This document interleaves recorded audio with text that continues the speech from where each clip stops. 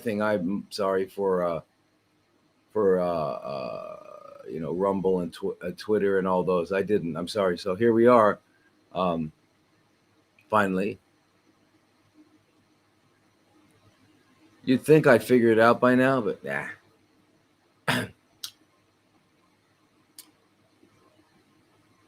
That's okay. Nobody on those channels anyway. All right, cool. So let's get started.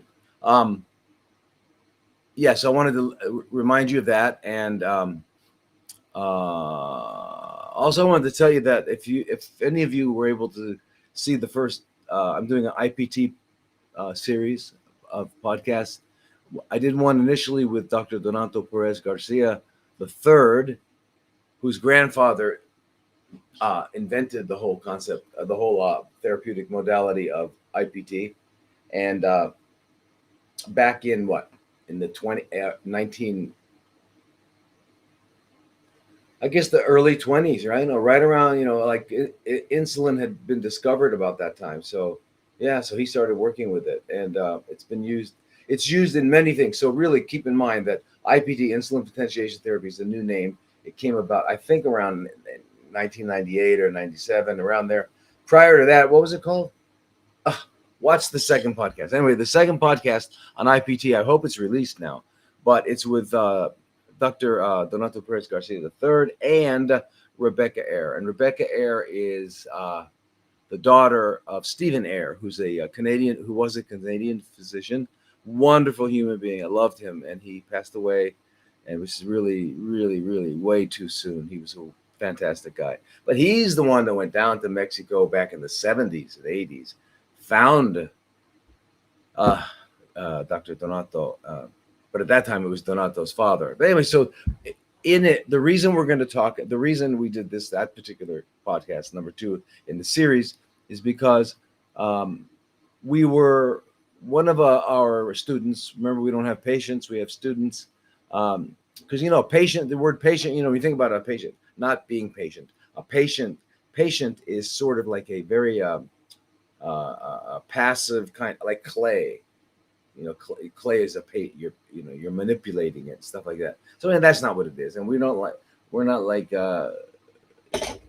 doctors in the white coat sense of the word. We're more like the original meaning of the word, which comes from Latin, which means to teach, right? So that's what we do. But anyway, I lost that. All right, doesn't matter. Okay. So oh yeah, that's it. So we were gonna somebody was finished with our center, and they were going to go, they'd been there like 8 weeks, 10 weeks. And then they needed some follow-up with a doctor. So we have lists of doctors and other kinds of practitioners in almost every state. I think every state. I mean, a couple that don't have any. And so we try to set up a program where you can, we can continue the care, because you're not done in 6 weeks, 8 weeks, 12 weeks, 100 weeks. You're never done, right? We are never done. All of us are always dealing with the fact that an adaptive process in our physiology, hardwired by the divine intelligence that put this all together and sustains it. Remember, creation is not something that happened; it's a happening. And so anyway, this one doctor that we were going to refer to, they said, well, we don't do IPT though. Well, it probably won't need it because everything's okay now. But why? Well, we saw there was a couple of people that were prominent in the world of IPT who were saying that insulin increases IGF-1, which is it's what when growth hormone is produced in our pituitary glands and it gets down into the liver. I think it takes half hour, and it's turned into IGF 1, 2, 3, 4, 5. So IGF-1 is the main one. IGF-1 and IGF-2 are the main ones that actually have the effect on cells that make them like grow and repair and things like that. So that's really good, right? You need that since you're making 37 million new cells per second, and you need to keep it happening. and make repairs, etc., etc. However, it's not something you want to have happen in a group of cells that are chronically fermenting. And what are chronically fermenting cells? Again, for those just watching, that's what's really happening when someone says they have a tumor or they're told they have a tumor. It's really that the cells have learned to adapt to the inability to use oxygen, and they become fermenting, because fermenting is another way of making energy. Inefficient, but quick, and it's a survival mode. It's an adaptive physiology. So that's what they are. Okay, we don't use zodiac terms. I mean, unless we're referring to someone's birthday. He's a Leo, she's a Pisces. Well, they're not going to get along unless we have Aquarius and what is the best one in the zodiac? A Gemini male and an Aquarius female. I hear, but I don't know. I mean, I studied it and all that. I used to make charts, and actually, it was more accurate than psychological. When I was a psychologist, and I'd learned how to use all these psychological batteries, personality inventories, and all that stuff. Put them all together, and then I did someone's chart. I didn't even know them, and it was more accurate. But anyway, and remember, you guys, who found? I mean, according to the story, who found Jesus? Astrologers. Anyway, so this guy wouldn't use it because he said that it increases IGF-1, which absolutely makes no sense, and it does to some degree if you used a lot of it. But it just doesn't happen with us because we're doing a small physiological dose of insulin once or twice a week, occasionally a little more. But even that, even if you use a small little bit every day, it doesn't do that. So it just doesn't do that. So anyway, I had, and the reason I had Rebecca Air on is because I remember when I was first learning IPT back around the year 2000, and I'd studied with Donato, and and then I worked with Stephen Air in Chicago, and Rebecca was there. So she has been around this, and she read her father's notes, and she's actually compiled them, and she still has the Air Clinic in Chicago. She's a nurse practitioner, very, very bright woman, lots of experience. Anyway, you'll enjoy the podcast. It gives a lot of information. And by the way, here's the bottom line. Bottom line, whatever anybody thinks, theories, etc. The bottom line is this: Donato Perez Garcia the first. Oh yeah, that's right. Donato Perez Garcia the first used IPT about 45 years, and he had nothing but successes. In fact, the first person who had chronically fermenting cells that he worked with in, I think, 1943 or 1946, went on to die like 30 years, 40 years later from some other cause, right? And so that's that. And then, so he had 45 years of successes, not one death from that procedure. His son, Donato Perez Garcia II, 45 years approximately, same thing, not one death, many long-term. And then Donato Perez Garcia III, the guy that is alive today, wonderful human being, 45 years, same thing. Now there's 135 years. And then you put me in there, 155 years, you put Rebecca in, Anyway. It's like that argument, people are saying, shouldn't eat vegetables. You know that I'm not kidding, right? You know that people are actually saying such things, right? Yeah. I'm just a carnivore. Well, I mean, if that were true, you wouldn't tell anybody. You'd keep it a secret. I mean, carnivores eat live animals. I don't think I would go out like announcing it. And I certainly wouldn't announce that I'm an avid corpse eater. Yeah. Shit, yeah, I eat corpses. No, I wouldn't. I wouldn't do that either. But anyway. But I want to tell you two things. There was a big bang one day. A long time ago. Big bang. and then because there was nothing before that, and then out of that big nothingness came everything. And then I want to tell you what happened. It randomly fell into perfect order. And you know what that order was? It was a flat earth. It's amazing.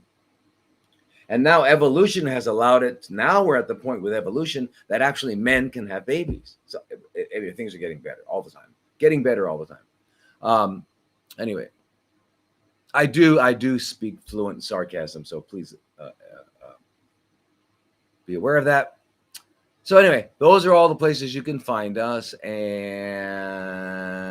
we're gonna have a meeting on Thursday, about how we can get this Rumble station started so that we can. And I'd like your ideas. What do you guys think would be a good? Flat Earth. Yeah. I'm saying I don't say I don't disbelieve it. I'm not saying I believe it. I'm not saying I disbelieve it, but just to explain to me the physics. Anyway, so we're gonna have a meeting this Thursday to figure out how to make what is going to be like the theme of the show. I'd like to have a Rumble show once a week where I can speak freely, and so you all think that we should do it with a format of talking about CFCs, talking about other stuff comes in always, because I have a mind that is. My mind is a central point with an infinite number of segues. Yeah. So doesn't matter what we're talking about. We'll be talking about everything. Now, oh wow. Everybody's leaving. I think I just knocked off a lot of TikTok. They didn't like that. All right, you guys, let's talk about CFCs. What are the questions today? 14. All right. I don't know. Not many people. Okay. First question is from the from Cass. Hi, Dr. Lodi. I would like to avoid the sickness you have listed and want to do some parasite detoxing. Is there a protocol you can advise for at home, or do we have to have a GP on board, a general practitioner? I currently have varicose veins and do suffer sinuses. I am a health practitioner and have attended many cleansing rituals over my years. However, very keen on your advice. All right, Cass. There's a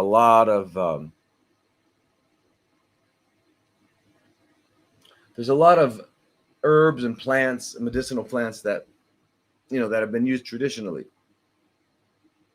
Clove, garlic, wormwood. I mean, there's just a whole. And if you look into it, you'll find, in fact, yeah. And a lot of them are very good. And there's mixtures of them, and there's all kinds of ways of doing it. Why? Because we all have parasites. Every one of us has parasites. Okay, just like because you got to realize we have. God, this this is too long. I should have cut it or something. It keeps going down. It's like having curtains,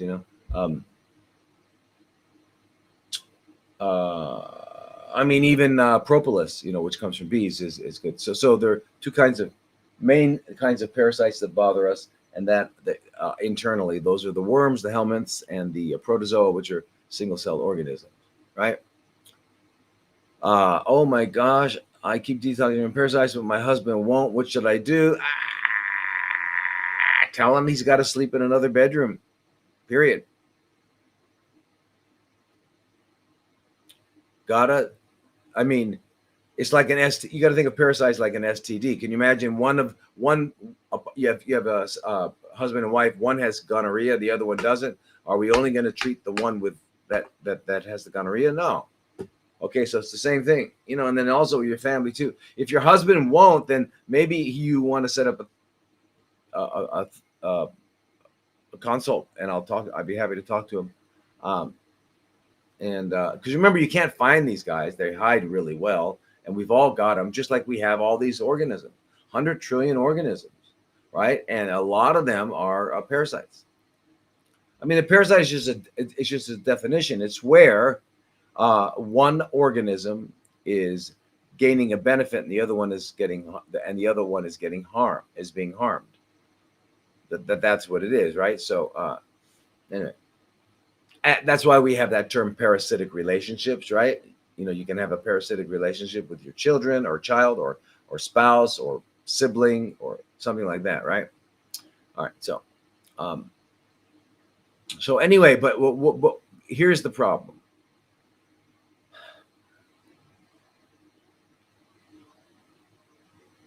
They've been around for quite a long time. They live in, like there's like 60 species of nematodes, for example, roundworms, that we human beings are home to them. All right. Oh, you like to tell them but can't get an appointment. Don't worry, it's changing. Well, now that I'm back here in the real world, we can start doing that stuff again. So it's going to change very soon. I apologize. Also, I would like to do group ones. Like I said, we'll have let's do a group parasite thing where you can all share your information. You have to realize that if you're sharing it publicly in that particular forum with the Zoom, that it's no longer private. If you're okay with that, that's okay, because we can do one with breast CFCs. We can have one with colon CFCs, stuff like that. So anyway, what we've learned is that these guys are really good at surviving. They're gonna survive no matter what we try to do. So they disconnect, destroy our immune system so that the immune system won't get them. Number one. Number two, they go deep into tissues. They're not hanging out ready to be discovered. Yeah. Good. Okay. Cool. People in on the group for parasites. So they're in the bowel wall, they're in the ovarian wall, they're in the uterine wall, they're in the brain, they're in the tissues, and they're laying anywhere from 20 to 2,000 eggs a day. So even if you think you kill them, they're going to hatch. So you got to really hit them hard with a lot of stuff, and you don't want to thoughts about tamoxifen. You don't want to undertreat these guys because they'll just migrate. Okay, so you got to do it. So I recommend using a series of anti-parasitic, anti-helminthics, which are the worms, and anti-protozoals and antifungals. Why antifungals? What's the job of funguses? Is it fungi, fungi, or funguses? I stopped using fungi because about 15 years ago, I think I was talking to the wife, husband and wife, and the wife was the one that had the CFCs, and we were talking about fungi, and he said, "I'm a fungi." So I realized that I probably shouldn't use that word. So I came up, fungi, funguses. Yeah. Anyway, their job is to recycle dead matter. So they're not in the food chain. They recycle it. That's their job. So the more you're killing off things inside, you're going to have more funguses, and you don't want them to overgrow. So you can use antifungals at the same time. All right. And you want to make sure you get rid of them. Okay. So listen, we are all, let me just give you guys the way I look at it. We're living in such a toxic world that I actually think if you got someone from the 17th century and brought them here, that they wouldn't last very long. It's beyond comprehension. I mean, can you imagine? Just the EMF, just all that, so the electromagnetic frequencies, but there's that, and then all the heavy metals and all the actual poisonous chemicals that are in food, that are in the air, that are in paint, that are everywhere. So we're all that, plus people take medications, plus we're exposed to nonsense, psychological nonsense that causes us to be stressed and all this stuff. So, but I want to be natural. I do too. I want to be natural. You never hear me prescribing drugs, except now with these guys. You have to. So you say, okay, I'm going to do that. I'm going to get rid of them, and then I'll do everything else naturally. I just don't think it can be done naturally. It's never been proven to me. And why do we want to do it? Because if they stay in your body long enough, they can cause wasting, they can cause organ dysfunction, they can cause CFCs in any organ, they can cause fatigue, they can wipe out your immune system. You just don't want them. Okay, so all right, so Yes. So answer to your question, Kaz, is we will need a GP. We'll need somebody to uh, order the medication. However, I am looking into the law right now to see how we can do it. Will the parasite cleanse kill your gut biome? Good question. Um, we're trying to see how we can do it. And there's uh, and I've got two other doctors that I'm working with. One is in Nebraska. She promises to help me. We'll see. But anyway, and then there's another one where at my clinic. So I can get maybe three or two. And then we can just do a big, instead of CFC consults, we can start doing parasite consults. By the way, everybody, keep in mind and tell all your doctor friends, I'm looking for doctors. I need doctors to come and work with us. I will train them. And it's a fantastic place to work because guess what you get? Yeah, all people always think about the kind of benefits you get from work. Well, imagine the benefit of learning all about how to be healthy and having everybody around you making juices and eating healthy food and happy. And I mean, what if you worked in an environment that was totally health oriented? And then if you didn't feel well, you get an IV of vitamin C or something like. I mean, it's like, what? Oh, I need a colonic today. Okay. I want to get my lymphatics moving. Okay. So Matt, that's one of the benefits. But anyway, I need doctors. Anybody know doctors? And I need people who are either nutritionists or former, like nurses, naturopaths, or whatever, who are now interested in teaching. I need health coaches, and I will train you. I have a curriculum and all that sort of thing. So please, hello at drlodi.com is a good way to send in that message. Hello at drlodi.com. Yeah, because we need those things. Okay. By the way, next question: Should everyone be doing coffee enema daily? If not, then when do these apply? All right, Marley, very good. I mean, okay, the coffee enema, and most people do it wrong, unfortunately, because it's taught by people who uh, uh, don't really, either they never did it or they don't think it through. All right, so um, uh, so anyway, first, before you do coffee, the purpose there's the retention enemas and there are cleansing enemas. Okay, so before you do a retention enema, you got to make sure everything is out of that area so that the retention enema can get to the bowel wall and be absorbed. Otherwise, if there's too much feces in there, it can't. So it's just just common sense. Clean it out, then you do it, and you put in a small volume, so you make it a highly concentrated small volume, and you put a couple, 3, 4 pillows under your pelvis so that your pelvis is elevated relative to your chest. Things roll uphill 20 minutes, and you stimulate what? Glutathione S transferase, an enzyme that keeps recycling glutathione. So it makes your liver, it's part of phase 2 detoxification. But so do broccoli, cauliflower, cabbage, kale. They do the same thing and more.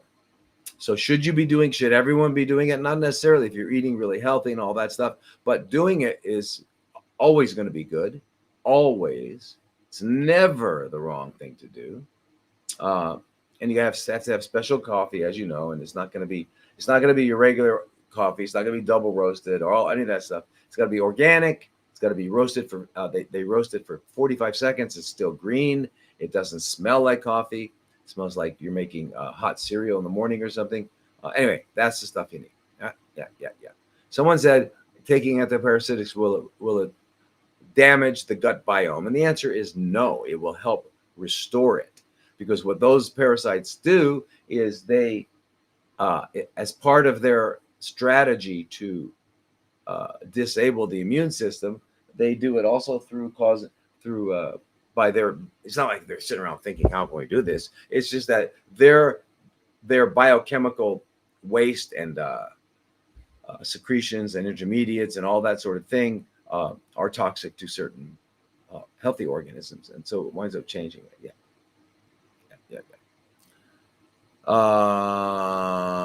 This is Okay, so with the this is Marley. With the daylight savings time change in the U.S., do we still need to go to bed at sundown, which is around 5 p.m.? Here's the thing, and this is a good question, so please keep in mind this. We, our natural habitat is the equatorial part of this planet. Okay, that's where Eden was. That's where Professor Leakey and his buddies think that humans arose out of northern Africa around that. That's where we belong. That's where we are. That's where we flourish. And in that part of the world, 12-hour days, 12-hour nights, pretty much year round. Not pretty much, year round. Which means that our physiology is adapted to that. Yeah. Um, so, so in that part of the world, around 6 p.m., 6:30, sun's down. So within an hour, you'd be asleep. And that's where we are. And when you do that, your physiology just hums. It's fantastic. You feel better than it's incredible what happens. I've talked about that before. So now you move out of the natural habitat. You move to Iowa. You move to, I don't know, Nebraska. You move to Alaska. You move to Germany. You move to Moscow. Anyway, all of those are not where we flourish. All right. So the problem is this. I mean, when you get like up in Northern Europe, I mean, it's still the sun's out at 10 p.m. So you can't rely on that. Your physiology won't change.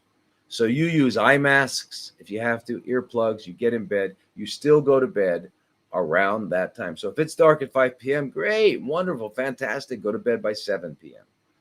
Your day tomorrow. Now use all that energy that you'll have in the morning when you wake up at 3:30 or 4 to get all the stuff done much more efficiently than you would have if you stayed up all night.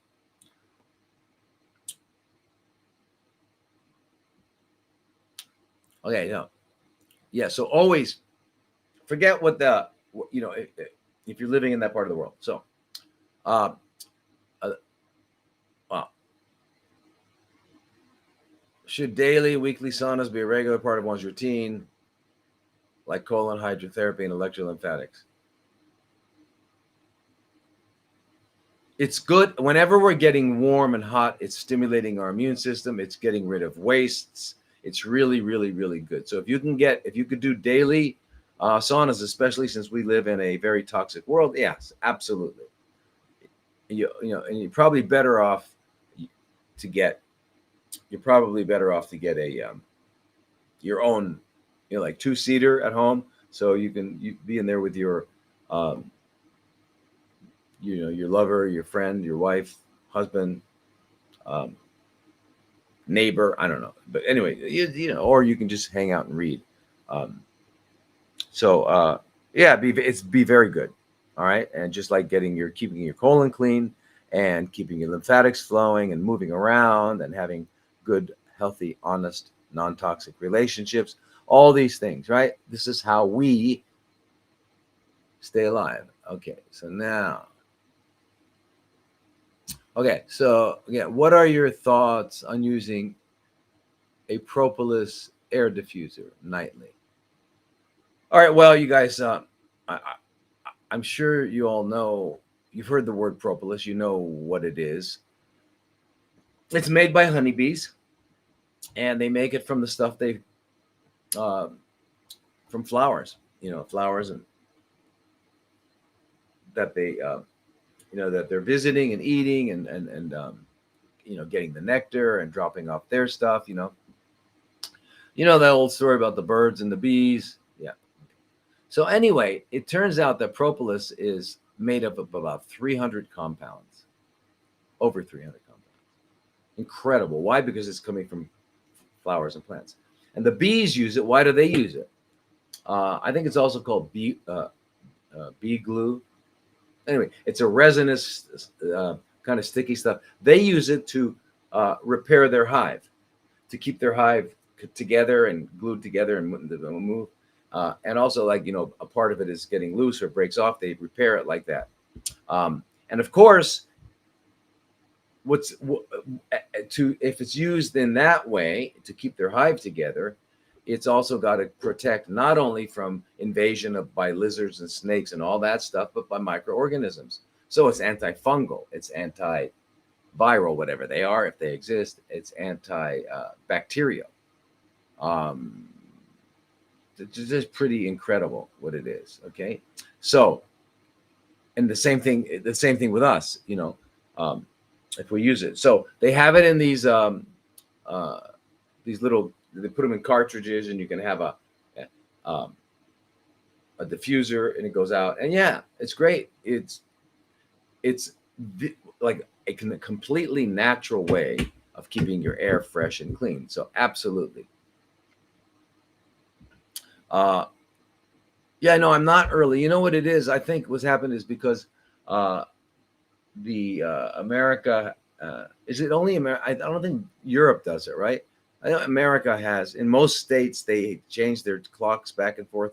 It is one of the most absurd things in the world. But anyway, so that's why I guess people haven't yet figured that out. I mean, that we're on a different time. So anyway, so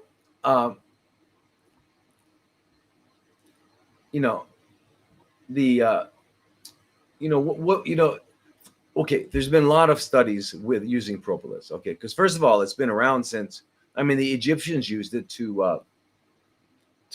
with their dead, to embalm the dead, and why? Because it's antimicrobial, so it protected it for a long time.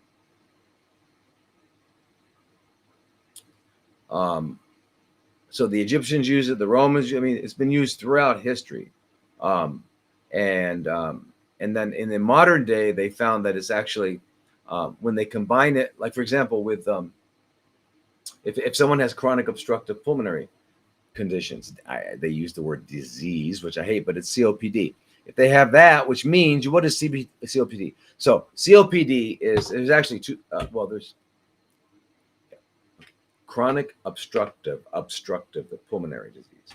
So they have this. They're called blue bloaters. Why? Because they can breathe in, but they can't get it out. And they're going. No, that's the other guys. They can't breathe it in. Yeah, that's the emphysema. People with emphysema. But the blue bloaters, the asthmatics, and other kinds of chronic bronchitis, those kind of thing. Okay, they can't get it in, and so they're wheezing. So because they're not getting enough oxygen in, they get blue, and they're like that.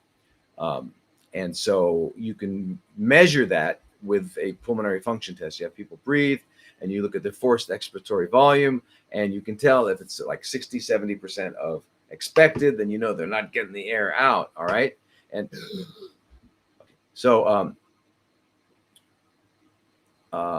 it turns out that if they mix propolis with, and these published studies, that if they mix propolis with NAC, N-acetylcysteine, which is basically an amino acid, together they have a very synergistic effect on not only being antimicrobial, like eliminating these organisms that are causing problems, but in addition, both of them work directly on the biofilm. Biofilm is basically this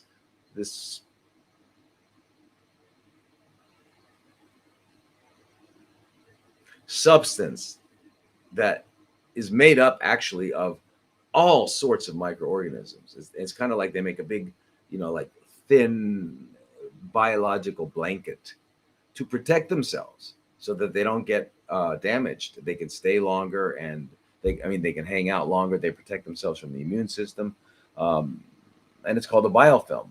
And if you can knock off the biofilm, and you're using, for example, any kind of antimicrobial substance, it'll be able to get in there, and you'll resolve the problem faster. So they do that. They use propolis in that, and by the way, what they found out that the propolis does is, as part of the bronchial, making the biofilm and all the things that happen in a chronic lung condition. Um, there are different kinds of white blood cells, right? Okay, that are immune cells, right? You've got neutrophils, lymphocytes, you've got basophils, monocytes, eosinophils. What am I forgetting?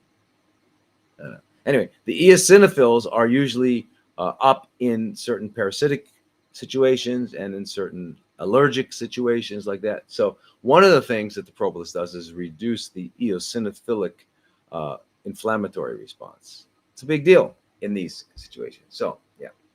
Then it turns out to be amazing. It's also an antihypertensive and an anticoagulant. It's like, what? You notice natural substances have multiple benefits. They don't have side effects. By the way, there are no side effects. Let's get rid of that word out of your vocabulary, just like you're going to get rid of Gemini, Leo. What's in the middle? You got it. Crabs. You're going to get rid of that word. You can call them CFCs. But also get rid of the word side effects. They're not on the side of anything. They're right in the middle of you. And they're no fun. And they're just basically effects. Anyway, all of the multiple effects you get from natural substances are fantastic. When you're taking synthetic, pharmaceutical, patented poisons, they have mostly unwanted effects and a little bit of effects that do what? Suppress the symptom, so you don't know that you're in trouble. What are symptoms? Our body talking to us to let us know, hey, you got to do something, right? Let me tell you, here's an allopath. You all know allopaths, right? Allopaths are MDs like me. I'm a recovering allopath. There are allopaths, and then there's naturopaths, there's osteopaths, there's chiropractor, there's, I'm talking about for all of the conventional ones. Now, I know naturopaths don't think they're conventional, and I know that osteopaths think they're not quite conventional. But the fact is they have the suffix of the word of their title of their profession is the word path, meaning pathological, meaning the disease. It's the disease theory. So, but anyway, so Alabama. So,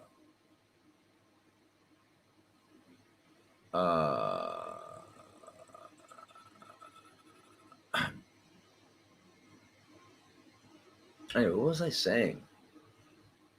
See, I go on these segues. Sometimes I forget. Not sometimes. Okay. But anyway, so the question is propolis okay? Yeah, absolutely. It's very good. And the word it comes from Greek, right? Pro means entrance, right? Beginning, entrance, and propolis. Polis is city, so it's the entrance to the city, to the community. And in the case of the bee, it's their hive, so it's it seals up the cracks in the hive and all that stuff. So it's propolis. That's where it got it. All right. So now, you can put it on wounds, right? All kinds of stuff. So what is it made of? It's like resins, waxes, essential oils. Yeah. Pollen, and then it's got some other various. But mostly it's what they call polyphenols, and polyphenols, right? Like when we're talking about all the benefits of phytonutrients and all that, the polyphenols. Now, why do plants have them? Why would a plant have something that would be good or healthy for us, beneficial for us? Why? Because most of them function as antioxidants and antimicrobials, all that stuff. Why? Because the plant's producing it for itself. It's part of its defense, right? Because the plant is sitting there in the sun, hopefully, all day long, and it's getting UV light, and it's getting lots of free radicals. So it's got to protect itself. So it's full of them. So it's great. And they turn out to be really good for us. All right. So the basic physiology or beneficial effect are the polyphenols and the benzoic acid, things like that. Yeah. It's even got benzaldehyde, and I'm not sure if you all know what benzaldehyde is, but I'm sure everyone out there has heard of B17, right? It's also called amygdalin. It's also called well, the synthetic version they were using is called Laetrile.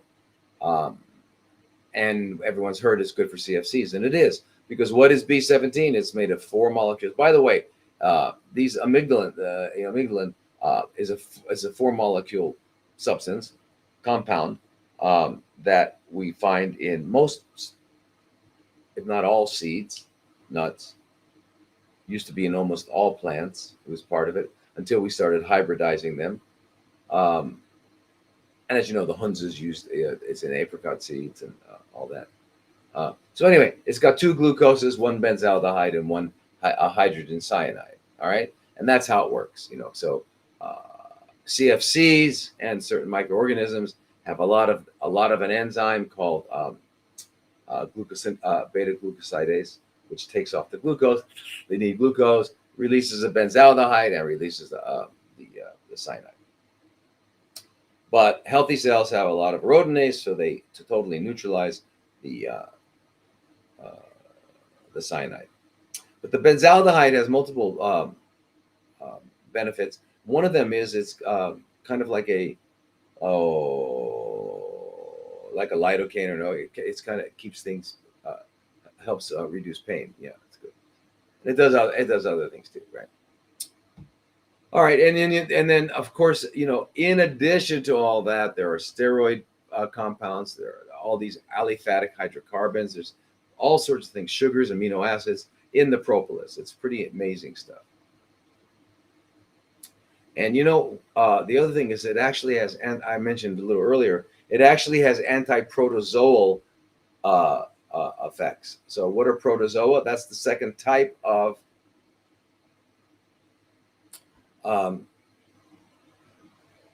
main endoparasite that we have, other than worms, is parasites.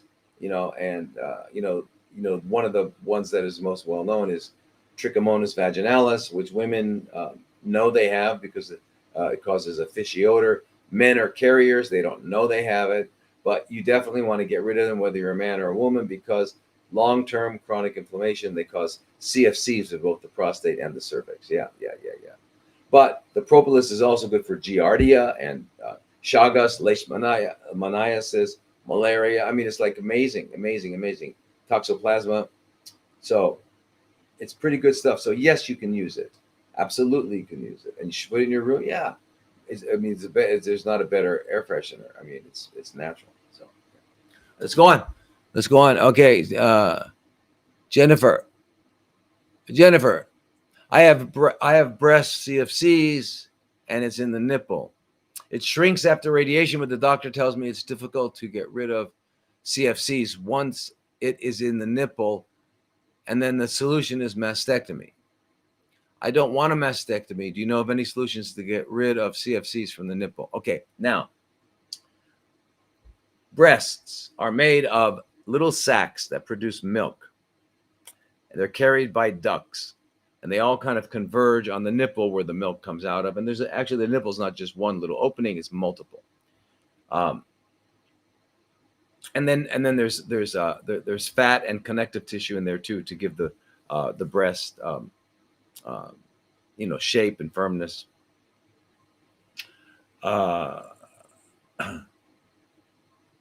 So wherever the chronically fermenting cells are, it doesn't matter if it's in the nipple, if it's in over here in a duct, if it's in a little lobule, whatever. It doesn't matter. It's still it's the same thing that it is. And I know surgeons, they have this motto that is, when in doubt, cut it out. And the thing about cutting out, the thing about surgery is that you cannot undo it. So is it necessary sometimes? Absolutely necessary sometimes. But it's not the first thing you do. You don't do the irreversible first. You do things that you can. So now, if it's in a nipple, I've personally worked with many women that have had the tumor in their nipple or just under it, but anywhere in the breast, it's the same thing. So we do all the things that we do. It's not just because, listen, I'm telling you, even if you did the mastectomy or you cut it, whatever, you didn't change anything. You cut off a few of the poisoned apples on the apple tree, but you're going to have a harvest next fall. So you got to deal with it systemically, right? You got to do all the things we always talk about with cleansing everything, sleeping early, moving around all day, having healthy relationships, laughing as much as you can. Uh, not in church and not in the temple, but I mean, um, unless you're 8. If you're 8 or 7 years old, you can get away with anything. But other than that, you probably shouldn't laugh in church. And But this is the way to live. All right, you're doing that. Now you've already got the CFCs. You're doing all of that, and it's still there. So what do? Well, we use intravenous vitamin C. We use all kinds of therapies. We use hyperthermia. We use frequency generators. You just many therapies. Ozone. But one thing for a local tumor, if we can get our hands on it, let's inject it with ozone. So we can inject. What I would do is I would inject that area with ozone, and it does destroy it. Ozone is very powerful oxidant. You can do that with a cervical CFC, a woman that's got it in their cervix, skin, lymphomas. Anywhere you can reach, you can inject with ozone. It's really good.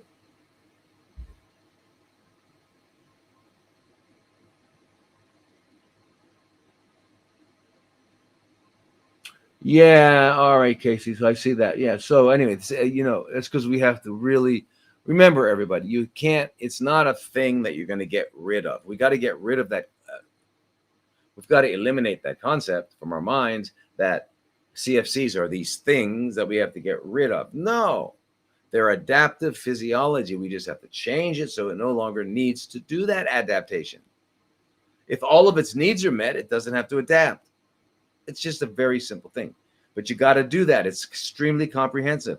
And I can't find any place except our place that's comprehensive, except I think there might be working on one in the middle of America. What's that state again? It begins with a N. Anyway, they might be working on it. I'm not sure if they're there yet, but we got to do it. We got to do it. You can't just do treatments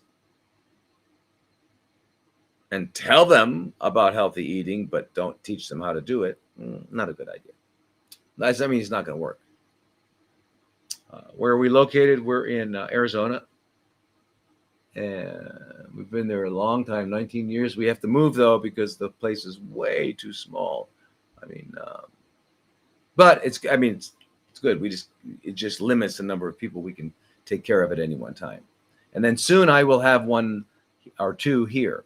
So it looks like March or April we will be opening our one here. It's like crazy beautiful, and we're gonna have everything you can imagine.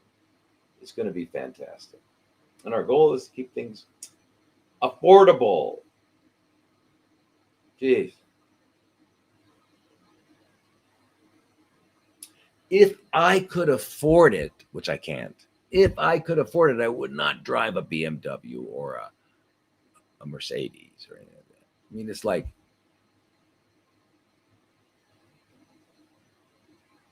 maybe a BMW. I don't know. But I mean, I ostentatious wealth. Can you imagine working in an area that is deprived and the people don't have much money and they can't, and you come driving up in your fancy car? I don't know. Anyway, let's go on. So you don't have to do surgery. So the guy that you were talking to, that one says you need to get a mastectomy because it's in your nipple. I don't know if it was a man or a woman sorcerer, but just don't tell him what I would tell him. Just never, ever go back and see that person ever again. Okay.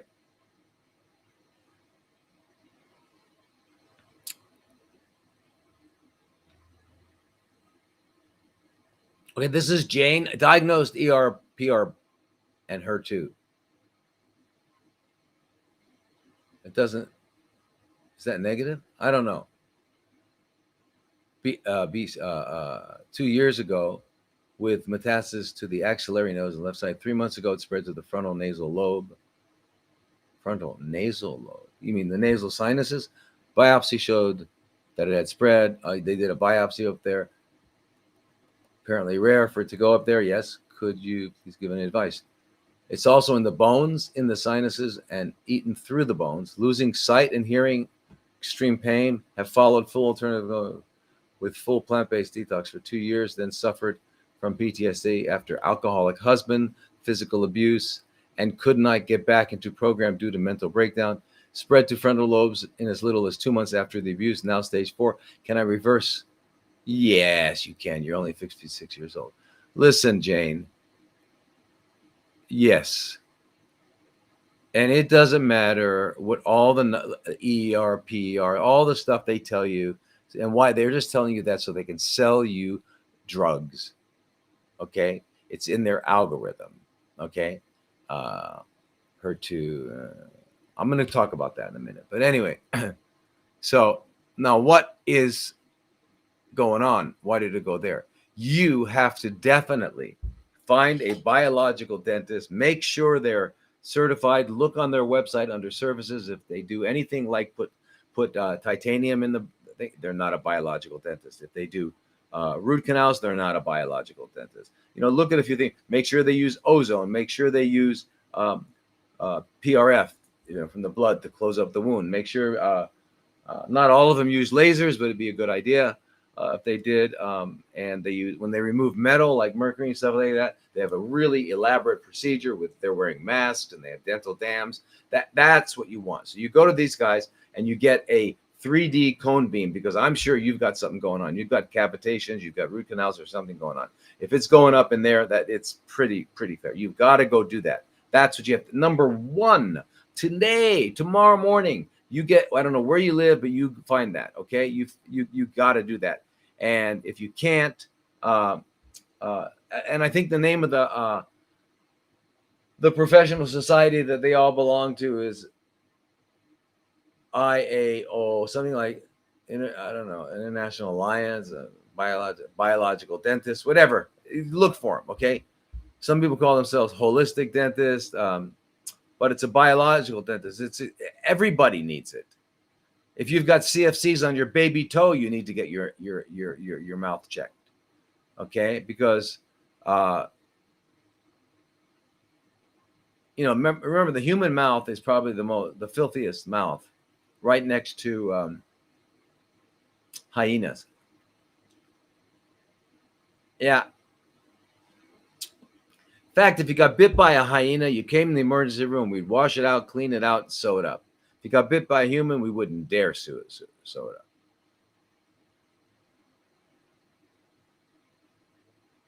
Is PRP or PRF not ideal if you have as far as increasing IGF-1? No. Don't worry about that. You pulled out a tooth, you cleaned it out, you used ozone to completely sterilize it. If you don't seal it, it's going to be recolonized. Why? Because we have in our mouths the most funky organisms that you can imagine. So they take your blood, they spin it, they get the platelet-rich fibrin. What do platelets and fibrin do? They are how we make blood clots. So you put that on, you've sealed it off with your clotting material. No, that's good. So that's a good question. I'm glad you asked. But anyway, and forget all the ERPR stuff. Okay, it's all meaningless. This is drug stuff, drug talk. It's in the bones. Okay, bones. We know we've got to take doxycycline, 100 milligrams twice a day. But you got to get someone helping you do this. If you're losing sight, you got to get help right away. You got to get your body completely cleansed. You got to do parasite cleanse. You got to get your colon clean, lymphatics. You need a heavy duty, full, complete program starting now. You can call our clinic, an Oasis of Healing in Arizona. You can find us by going online to stopmakingcancer.com. Stopmakingcancer.com. It's pretty easy, but that'll redirect you. I hate that word, but what can I do? If I don't use that word, people won't find us. I got to use that word, Anyway, so okay, let's keep going. Let's keep going. Let's keep going. You can reverse it. Don't worry. And the other thing you do is just get away from your husband. You have to. I mean, I don't know your situation. I really shouldn't say things like that.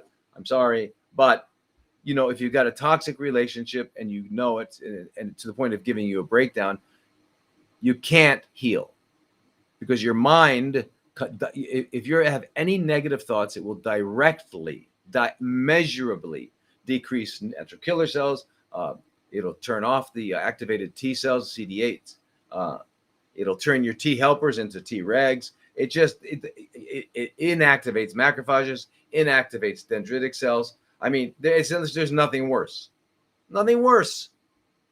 You got to get out of that. Tell them, look, I love you. I'll help you with your alcoholism in 2 years. I need 2 years to go heal. And do it. Go heal. You can heal. And you got to remember how to take care of your mind.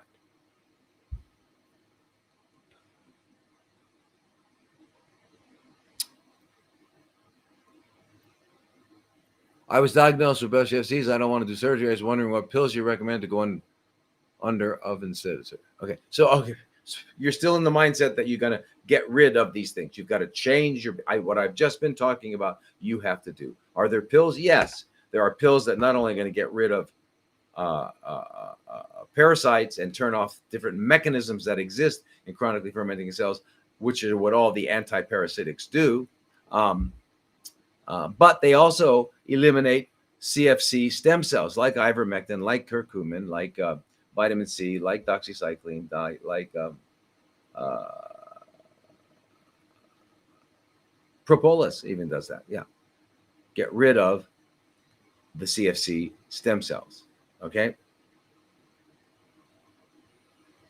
So yeah, there's lots of stuff you can do. So that's Maria. Look at it. See if you can go through all, I have a lot of videos on the, stored in Instagram and YouTube, and TikTok doesn't store them, but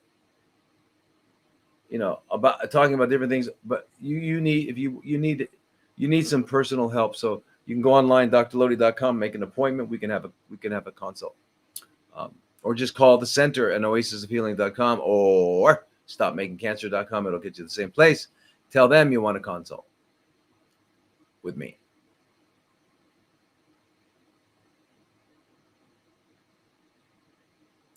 Your thoughts on the peptide PNC 27. Okay. All right. Peptides. I love them. What are peptides, everybody? Peptides are a string of amino acids. 50 or less amino acids is what a peptide is. An amino acid is connected to another amino acid through what's called a peptide bond. Amazing. What a name. How smart they got. Oh, these guys are brilliant. That's called a dipeptide. If you have 3 of them, tripeptide, a tetrapeptide, pentapeptide, hexapeptide.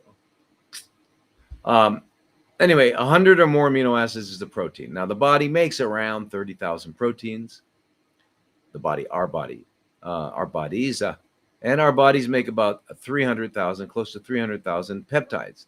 What is the function? They are a mechanism by which cells communicate to each other. Why is the FDA banning some peptides?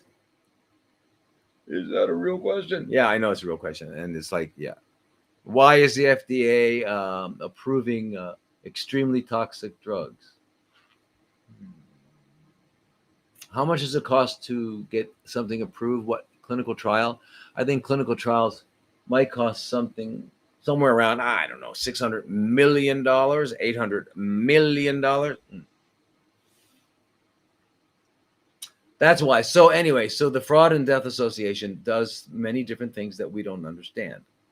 In fact, what I get kind of suspicious is when someone tells me it's FDA approved. I say, oh no, they approved it. But anyway,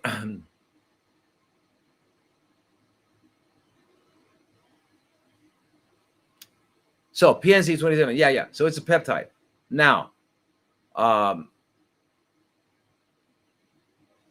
it's pretty amazing, and I'll tell you why. Peptides are amazing, and I'd like to just take a minute to to talk about them. Okay, if you got a chance, you got a minute. Let's talk about peptides for just a second. Um, the There are several peptides that we use with CFCs and other, but that's what we're talking about now. So one that we use is thymosin alpha 1, which comes from made by the thymus gland, which shrinks the older you get. And so uh, it activates T cells. It makes T cells. That's what the thymus gland does. Its job is to take regular normal lymphocytes and turn them into T cells, right? And lymphocytes that go to the lymph nodes or spleen eventually become B cells, right? That produce antibodies. T cells are like, ah. So, yeah.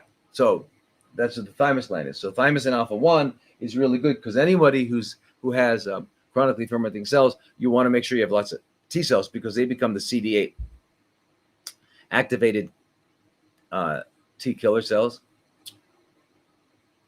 They become all the T4 cells, the helper cells, and all that. You need them. Okay, without them, you cannot survive. So as people get older, their thymus gland shrinks, their T cells go down, and immunity suffers. So older people are known to have a decreased immunity, right? Okay, so now, so that's TA1. The other one is PNC27 that you're talking about, and actually, there's a PCN27 and a PCN28. The beauty about these is they bind to a receptor, HDM2 receptor on CFCs. And when they bind, it causes them to, the binding results in them making a hole in the membrane and it just dies. It's fantastic. It does not do this to non-CFC cells. It's a big deal. But it kills them through necrosis. What is necrosis? Two kinds of cellular death. One is called apoptosis, apoptosis, whatever, and the other one is called necrosis. Apoptosis is the way normal bone broth. No, bone broth. No, bone broth. I don't agree. Sorry, I don't agree with bone broth.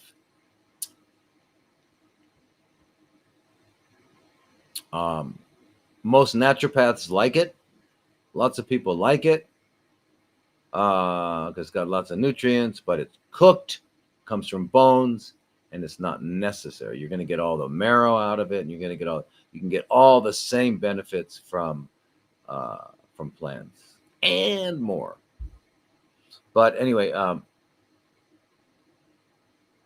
what was that? Okay. So the PNC binds to the HDM2 receptor, right? And makes a hole and kills it. So that's called necrosis. So apoptosis is when a cell, like for example, just think of the lining of our GI tract. The cells that line it have to change every 3 days. Okay, there's a rapid turnover. That's why actually a percentage of the bulk of our feces is dead cells and bacteria and microorganisms.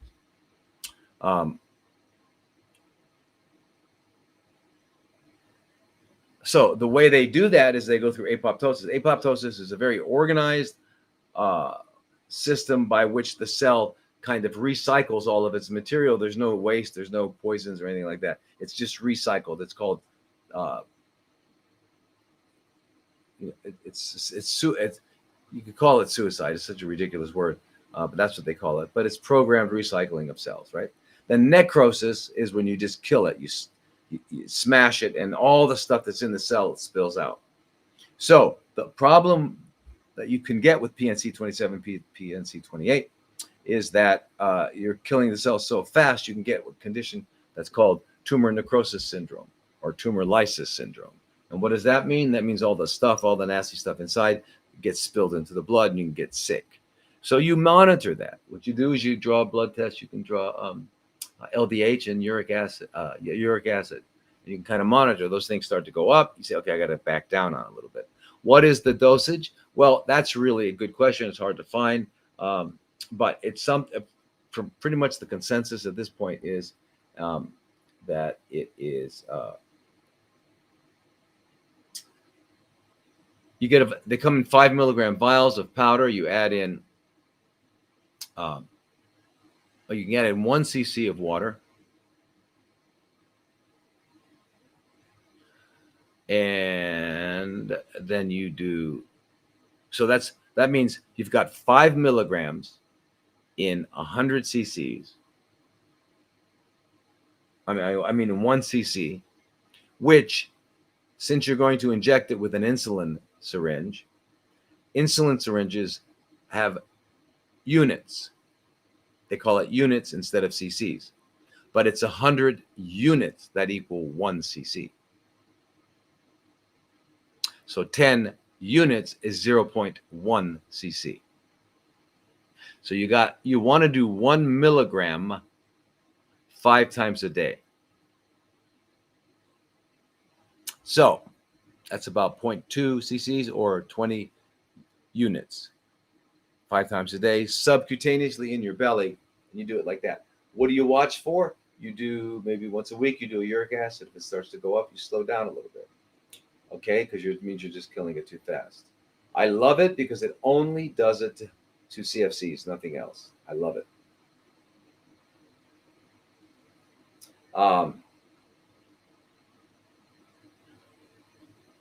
And let me see, what was it? I mean, and by the way, this is even in leukemia, not just solid tumors, right? Melanomas, breast, But the beauty thing, just keep remembering. Now, you can also use it as a nebulizer. If you've got lung CFCs, you can put PNC 27 in normal saline and put it in a nebulizer and inhale it. Okay, it's going to be good. It cannot hurt healthy cells. I like that. You like that? We all like that. Now, so that's why I think of PNC 27. I like other peptides too, like metenkephalin, which is Met5. Oh, by the way, the metenkephalin, the Met5, is just 5 amino acids. Pretty amazing. Anyway, it actually goes into the tumor microenvironment and completely changes it, so you don't get your immune dysregulation. You don't get all the. It's just amazing. Okay, metenkephalin. Right, got to use it. Got to use it. It's amazing. Everyone should be on TA1, metenkephalin, and PNC 27. Those are the peptides, right? There are other ones too. I mean, even BPC 157, amazing peptide. It's actually made. And again, it's another pentapeptide, five amino acids. It's made in your stomach. Secretions. It's made to make things heal, and it works. It helps preserve the lining of the blood vessels in your stomach. It helps repair the actual tissues, the epithelium of the gastric mucosa, and all that, and everywhere. So we use it for tendons and joints. So if someone's got a torn ligament on their knee, you take it a little. And so you inject all around the ligament, it's going to heal very quickly. But it also has anti-tumor properties. And this is really fantastic. Really fantastic. Yeah. Now, what's our next question?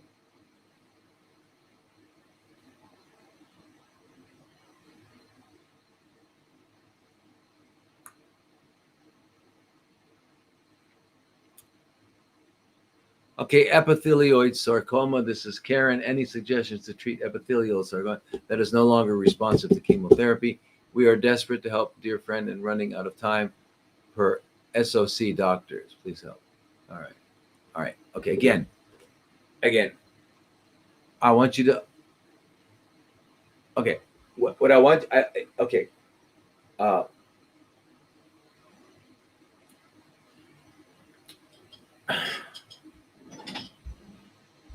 The number one thing I have to do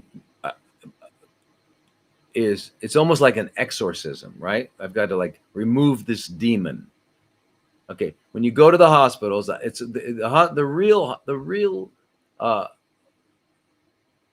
name of a hospital is the House of Horrors. And if you have any doubt about that, I want you to keep in mind it has a front door and a back door. You know what the back door goes to? It's a place called the morgue. Yeah, not everybody goes out through the front door. And what they do in there is they completely attempt to dehumanize and fragment you, so that by the time you leave, you're not sure what is. You don't know anything. They use words that you don't understand, but they make sure that they scare the hell out of you. They do procedures to you like all these big machines that make noises, so as if you were an automobile being fixed. They have all these absurd rules. They think germs are all over the place and going to get us.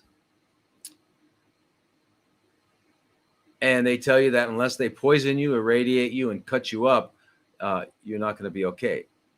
I mean, so as House of Horrors, yeah. So when you go there, that's what they do. They scare you into agreeing to do anything. And sadly, they did that to you, and they gave it a name, epithelial sarcoma. That means nothing. It means it started, the chronically fermenting cells started, as opposed to breast carcinomas, colon carcinomas, pancreatic carcinomas. Instead of that, because that means they began in tissue that had an embryonic origin called the ectoderm. That's all. That's it. Sarcoma, mesoderm, which is what? Muscles and bones and stuff like that. That's it. That's all it means. It's not a big fancy word. Doesn't mean you're intelligent. Epithelioid. Oid always means kind of, looks like. Like you can have a leukemoid reaction with your white blood cell. What's a leukemoid reaction? Well, leukemia is really high white blood cells. Usually you get up 40,000. Yeah, 30,000, we're at 40,000. Maybe some infections, but usually we're into a leukemia range, 50,000 for sure. Well, you can have 50,000 and what they call a leukemoid reaction. A leukemoid reaction is something that looks like a leukemia. It's stupid. These are stupid words. Anyway, and then sarcoma just means, so it's epithelial cells, which are what? Cells that line things. Okay. And it's a sarcoma. That means its origin is from a tissue that originated in the embryo and something called the mesoderm. That's all it means. And what does it not tell you? How did I get this? How do I get rid of this? Doesn't even begin. Responsive to chemotherapy. What does that mean? That means these chronically fermenting cells, which are pretty clever, have learned to push out the chemo faster than they can push it in. That's what that means. That's what it means.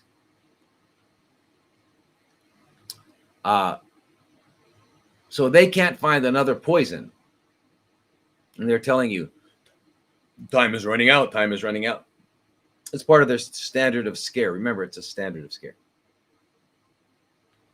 And it's almost impossible to undo your. They cast a spell. Diagnoses are casting spells. He's a great diagnostician. That's like telling me he's a great sorcerer.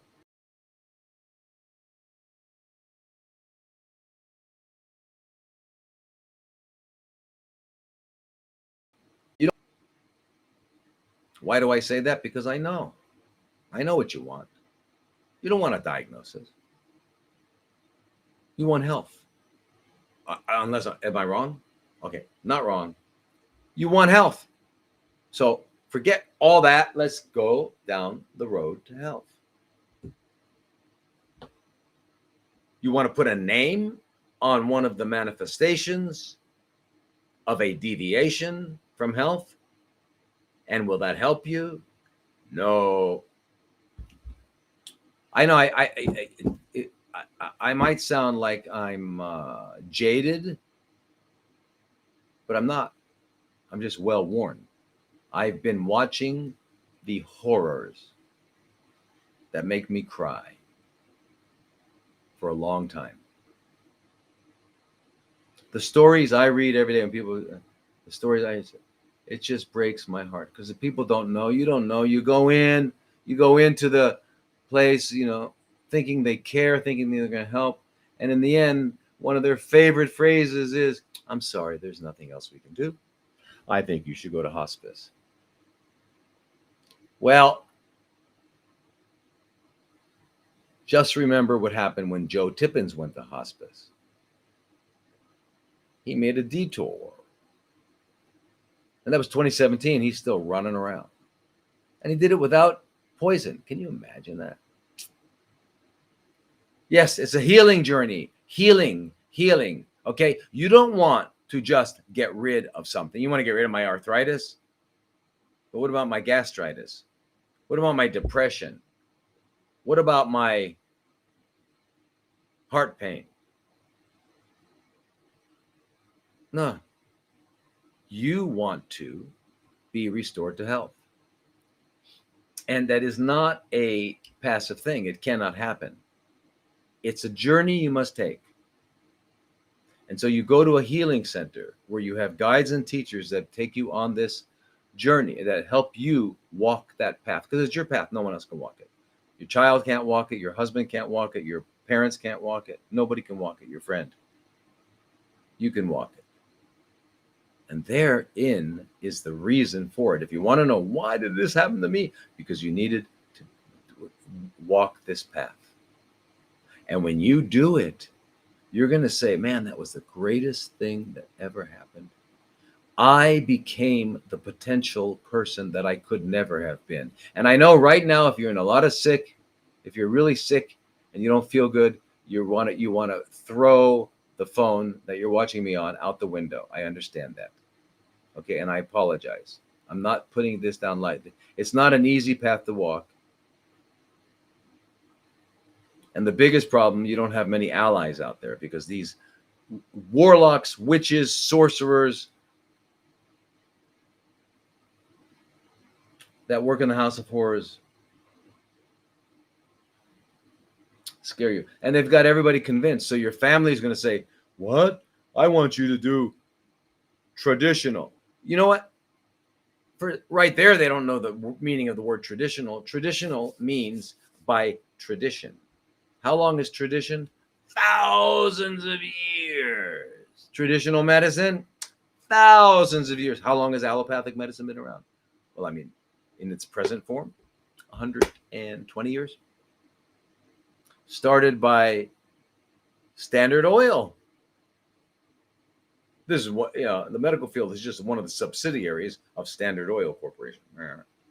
Anyway, that's not traditional. That's conventional.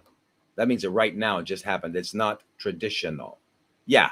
So if you want to do traditional, you go to Chief Rolling Thunder. You go to Dr. Zoll. You go to, yeah. All right. Anyway, epithelioid sarcoma is just chronically fermenting cells. And yes, you can be helped. But you need, again, we got to get rid of the garbage, all the toxins, and that starts with your mouth, your teeth, parasites, cleansing, colon, all that stuff. And you learn to turn your mind off. Don't try to fix your mind. You cannot fix your mind, because your mind, my mind, our minds are the problem. It's called the house of Maya. It's called the house of illusion. There's nothing in our minds that is true. Did he just say that? Yeah, I did. There's nothing in our minds that's true.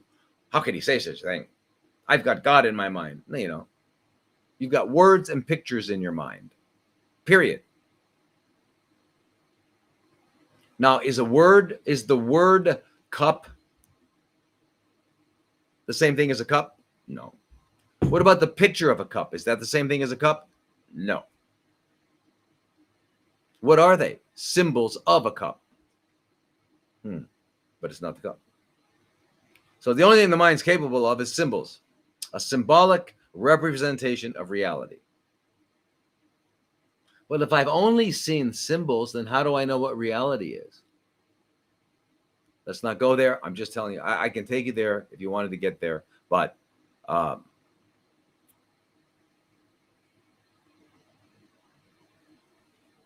anyway, the mind is the problem. So forget it. Turn it off. It's a really good tool if you have to go from here to there. If you got to do some work, you use it. But as soon as you're done, hang it up. Put it on the shelf. Put it on the shelf. Tell it to listen to your breathing. Okay, so anyway, we've got to do that. So that's another big one. And we've got to do that. I'm really, really, really, really want you, Karen, to get in touch with me. Okay, so this is Julita. What time is it? Are we running out of time? Oh, no. My neighbor has clear cell ovarian CFCs. I think she lacks the hope to know it could have better results. But she knows that whatever white aprons do is no good. I believe she is just as confused. It's been only a year. I wanted to ask in her name, what do you know about it and what could be done? Julita, it's the same thing, everything I've been saying. It doesn't matter if it starts in the ovary, if it starts in the bones, if it starts in the testicles, breast. It's still the same process going on. And you still have to do what we were talking about. And just calling it a clear cell ovarian, it's just they're looking at the microscope and they call it a clear cell, and it's in the ovary. All right, so what? Okay, this is from Kelly. My mom, who is 70, has cholangiocarcinoma. That's called the biliary system, not the gallbladder, but the biliary system, the part of the liver that makes bile. Doctors tried to scare her with rare, deadly, aggressive terminology. Of course they did. Opted to get high-dose chemo, radiation, and surgery. They succeeded. Oh, as we think she would be dead already if she went that route. You're right. Actually, great. You didn't do it. Just got DATAR test back. She says that she has mTOR and CRAS mutation. Listed a lot of chemo, immunotherapy, repurposed drugs, and supplements, but not much over 50-60% match. No parasite meds were included. Curious what your recommendation would be for someone in her situation. Is there anything that's not chemo or immunotherapy that can? Yeah, all the same things, Kelly. All the same things. This mTOR and CRAS mutations, these are pathways that are in. Well, the CRAS not necessarily. The mTOR is like it's one of the pathways in which CFCs exist. mTOR is also how our body makes muscles and grows. I mean, so all these things are, and the CRAS mutation. Now, first of all, number one, bile duct CFCs, cholangiocarcinoma.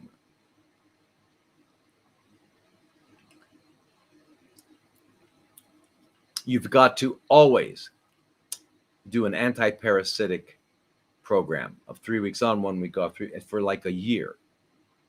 And in that must be a medication called praziquantel, which is going to get the liver flukes that usually that are. It's why, like in Southeast Asia, there's so much cholangiocarcinoma because of this liver fluke. It's a protozoal microorganism. I mean, it's a worm, a little worm that lives in the bile ducts. So you got to use that. Have to. You'll do ivermectin, praziquantel. You'll do niclosamide, and mebendazole, and or fenbendazole, and then some antifungals as well. But you got to look at the teeth, the mouth. You do a 3D cone beam CT. You do a juice cleanse. You clean out the colon. You do the liver. Lymphatics. Start meditating. Go to bed early.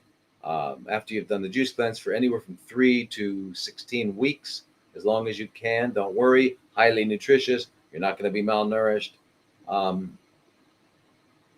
After that, then you eat food that humans were designed to eat. Oh my gosh, what is that?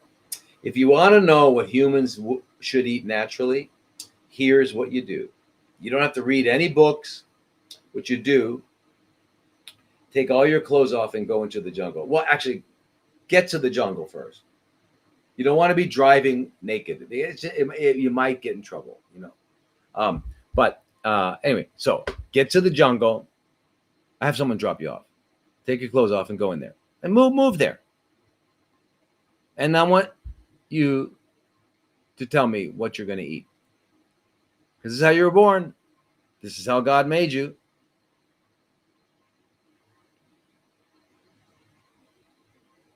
So you're looking around the jungle. I mean, after you stop crying, you're looking around the jungle and you go, what am I going to eat? You see a lizard walking. You see a snake. You see a deer over there. You see, does that deer look good? You think you want to go take a bite out of it? Wow, is that an apple? Are those bananas? Oh my God. That looks like broccoli, cabbage. Wow. Oh yeah, mushrooms or something. Yeah, you gotta be careful though. But these hands. Yeah. You can't really kill much with these hands. I mean, yeah, you could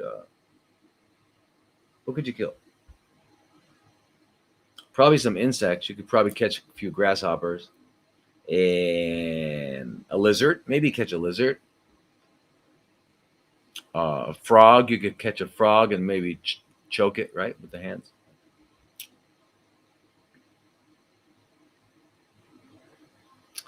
But I am for me. I don't know. Maybe not you, but I'd be looking for that fruit. I'd be looking for the vegetables and stuff like that because I just didn't come. I didn't come equipped. I'm not like a bear or a cat where I can just. You know. Plus, when I look at a lot of an animal walking around, it doesn't really make me salivate.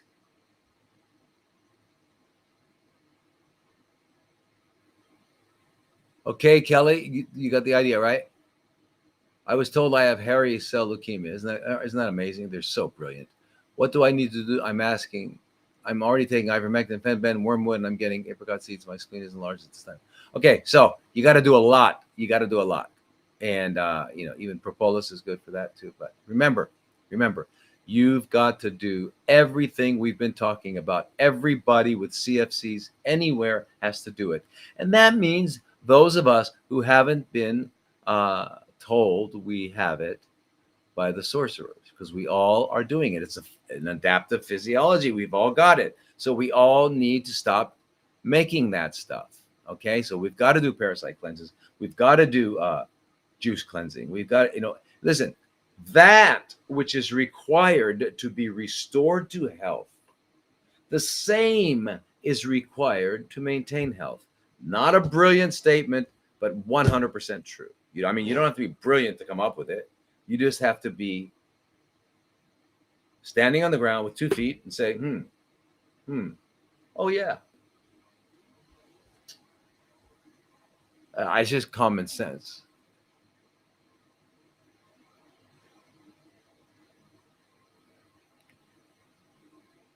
Okay, William, you're asking the same thing, and that people are asking, and yours is pancreatic, and of course, it's the same thing. But you William, with pancreatic and any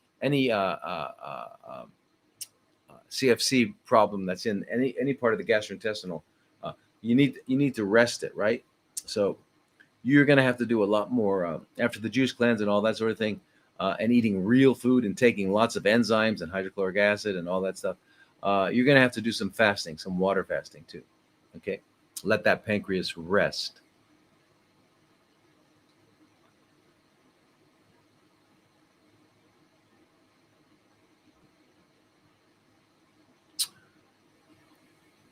This is Jude. It says, I'm juicing to rebuild my immune system to beat CFCs. Can I go to the dentist? And what about chemicals they shoot in your mouth and numb it? Okay, so Jude, listen. You want to beat CFC, so you've got them already. You don't want to beat them. You want to make the CFCs are your body adapting to a situation where its biological needs are not being met. So you want to make that adaptation unnecessary. So you need to do all the things we were talking about. You've got to go to a biological dentist. Don't just go to a regular dentist because they will harm you. Not only will not help you, they will harm you. Just like a regular doctor, not only will not help you, they will harm you. Why can I say that with certainty? because I know what they know and I see what they do, and I deal with people that have had uh, and the consequences of what they do. And if you do the research, you'll find that out. But you got to go to biological dentists. You've got to find out what's going on in there, because if you have a cavitation, if you have if you have a big problem in there, you'll never heal. Okay, so yeah, you got to use some mepivacaine. You got to use novocaine, whatever. Do it. Big deal. Your body will get rid of it, unless you would like pain, because I don't like people drilling in my mouth. I can't. I can't do it.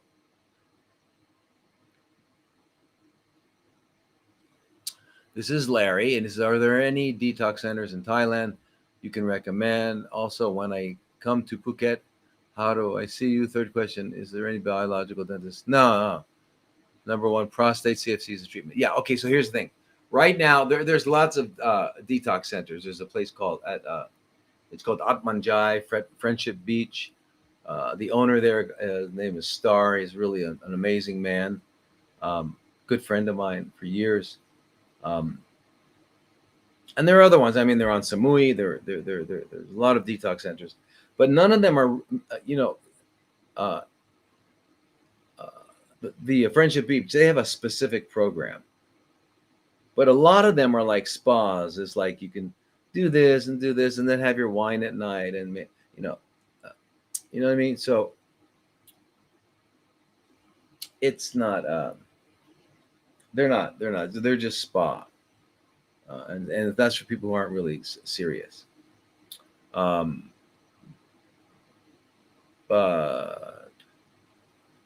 and then there's the Life Co, which on Phuket, which I personally wouldn't recommend to.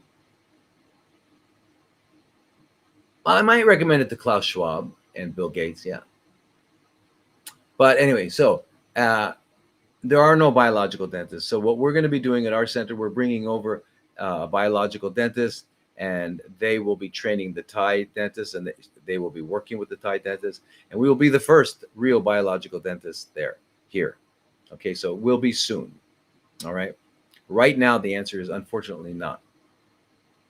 Sadly not.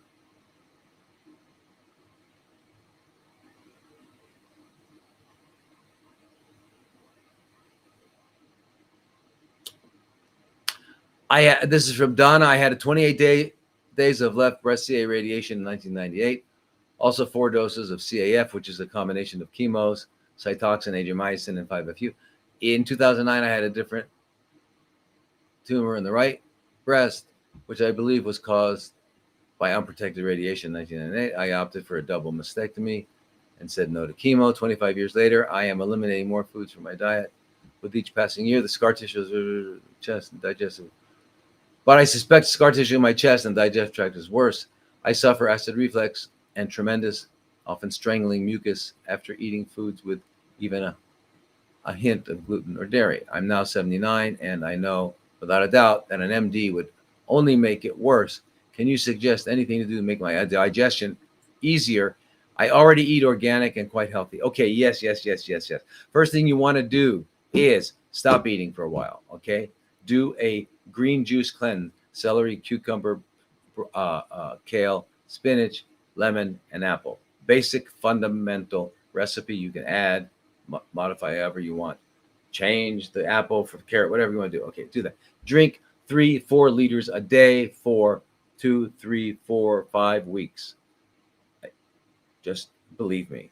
Okay. Now, I don't know you, Donna, so I don't know if you're too thin, how thin you are, and any of that sort of thing. However, I do want you to keep in mind that when you're juicing, you're getting all of the protein you need. You're getting all of the carbohydrates you need. You're getting phytonutrients. You're getting chelated minerals. There's only 2 things you're not getting, and that's fiber and fat, and you can do that. So it's not that you'll be. So I'm just saying, if you're really thin, you might get thinner at the beginning, but don't worry about it. Don't worry about it. Okay. You've got to do that. Now, if the juice is making you bloated and stuff like that, That might mean that the quality of your juicer is not as good as you'd like it because it's still got a lot of fiber, but that's okay. You go to a company that I use, it's called Transformation, and you get one of their enzymes called Digest Zyme, and you take about 5, 6, 10 of them. Um, every time you drink, when you're drinking if you're drinking a liter over the next half hour, or take it, and you'll find that you'll be able to digest it better. You also need to start taking lots of probiotics. Okay, I always use Ultimate Flora. They got 150 billion CFUs and colony forming units, and they have 40 different species, which is really good because you need lots of different species in order to successfully colonize. Yeah, you take that a couple times a day. And you can also get some Bifidobacter bifidus and put a little powder. It'll come in a powder. And you mix it at nighttime with some water that you would drink, good water. Mix it and then get a syringe and have a little. You can get a little tubing and put it into your rectum before you go to sleep. And since bacteria have a new generation every hour, they will colonize. All right, so that's really good. And while you're doing the juice cleanse, you can also be doing taking some glutamine powder, which will help the gut heal. And then separately, because it's not usually, I don't find it in formulas, is a bacteria called Akkermansia, which actually is specialized in gut construction. Yeah, it went in one of the trade schools that the Akkermansia go to. They learn how to. They're gut specialists. Yeah, so they kind of rebuild up. They rebuild it. They're like epithelial masons. Yeah, they're good at it. So you put those guys in there. You got the glutamine. You can use aloe. And BPC 157 heals guts really good. You can get an oral form. You just take that. Now, after the juice cleanse, what are you going to eat? Oh my gosh, you're going to eat human food. Okay. Now, even though a lot of people think that's controversial, it's not controversial. People like to talk about it and argue about it and write books and make a lot of money, but it's not controversial. It's not controversial. Anatomically, physiologically, instinctually.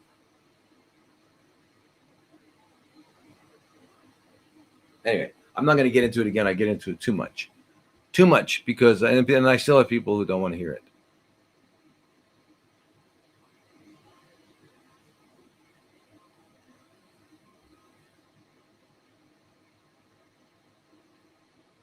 Okay, so Starly, yeah, I see your situation. Please contact. We're going to set it up. Tell your husband not to be scared. That's all they do. Don't be scared. There's nothing to be scared of.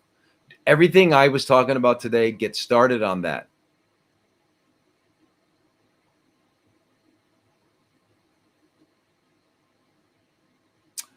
Abdominal aneurysm. This is Marilyn. Can anything be done for an abdominal aneurysm in a natural way? My friend has been told he has one the size is 5.3 centimeters.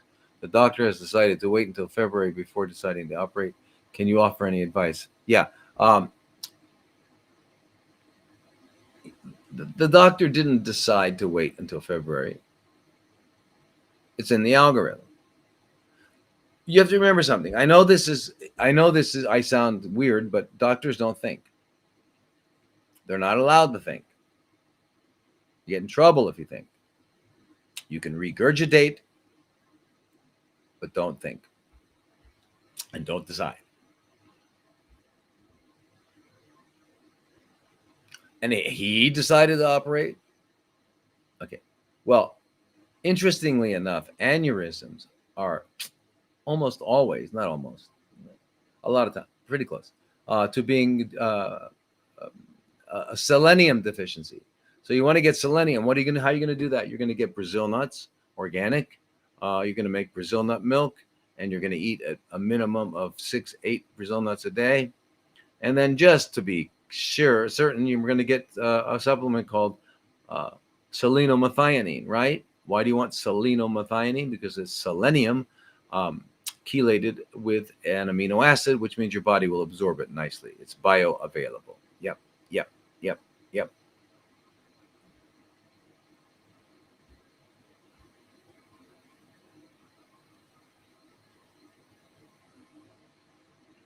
But that's the best thing you do. Plus, eat stuff. Everything else we've been talking. There are no individual separate diseases anywhere. Okay, the body is adapting and it's in trouble because of either nutritional deficiencies, oxygen deficiencies, damage. Same thing. Cleanse, but for you, aneurysm. Make sure you got a little. You focus on getting extra selenium, and then now the aneurysm though. You've got to remember though, if they get too big, they burst. You can die. So you can't underestimate that. You still have to work with a doctor. But if you're following their directions and you've got some time, get started. February is not a long way off, but I would get started immediately.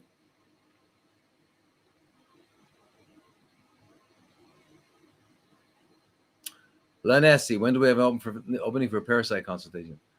You can make one now. I'm still trying. I'm still trying to what do you call it? Figure out a way that we can do this and just have parasite things. Soon. Hey, please hang in there. Okay. What time is it? Oh my God. Okay. Okay, Dr. Loya, thank you for this opportunity to be able to answer my question. I am a single mother of a toddler, and I don't work nor have time for anything else with no support. I would like to go to the best and ask where and how do I start to kill parasites. I can see skin rashes start to appear. I don't trust mainstream doctors, especially GPs in the UK. I am Polish native and I practice more like naturopathy for myself and my daughter. Is there anywhere I can go read about it? As you said, I wouldn't want to make parasites go to another organ. I need to be the best, my daughter. Also, can I make this detox of killing while breastfeeding? What brand and what shall I use to get them out?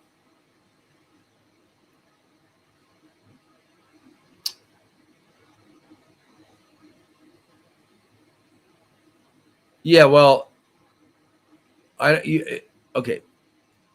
I wouldn't take a lot of medications while you're breastfeeding. How old is your daughter? She's a toddler. Are you breastfeeding a toddler? Anyway, once you stop breastfeeding, then you got to take, ivermectin, fenbendazole, mebendazole, praziquantel, niclosamide, um, tinidazole, uh, nitazoxanide. You're going to take all those. You're going to have to find a doctor to give them to you. It's hard in the UK.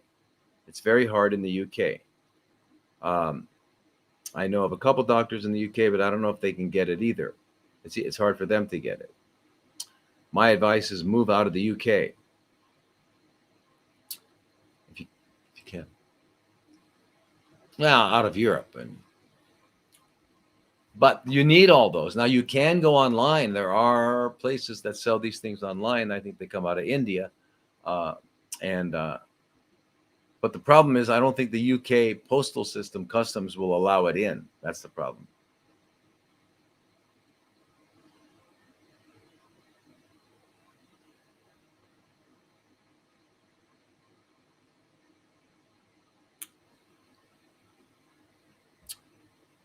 Thank you very much. My questions are: ivermectin is a semi-synthetic drug derived from soil bacterium, Streptomyces avermectis. Mine expires December 2023. Would it be safe? Would it still be safe to take it on December? In the parasite protocol, can I replace fluconazole and nystatin with sub-Q LL37? I heard that some people may develop potentially irreversible tics after using antifungals. Cruciferous vegetables make me bloated. Will the parasite protocol be the cure? I started taking megas antibiotics. I can't wait. All right. All right. Very good. Okay, Muhammad. Um, yeah, you can use it. I mean, even though it expires, usually these expiration dates are not because it's inactive.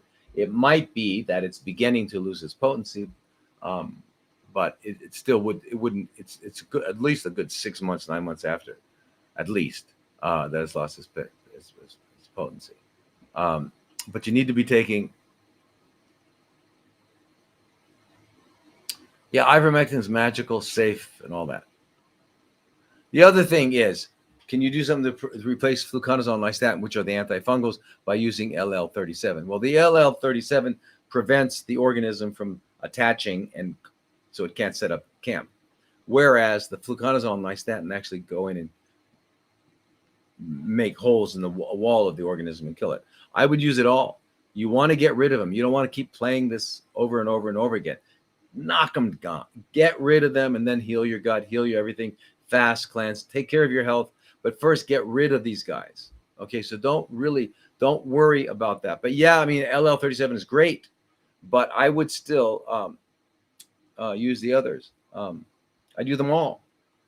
And then let's get rid of this, and then let's get down to a really healthy baseline where we can really establish a healthy lifestyle. Okay. Can you drink coffee with a juice feast? The juice feast. Yes, you can. Black coffee. Black. Teresa, what causes salivary gland to become damaged? Doctor wants to remove it. How to heal naturally? Doctor wants to remove it. My God. Okay, I don't know what's going on with the salivary gland, but it's probably, there's different things that happen. They get blocked. They get like a stone in them.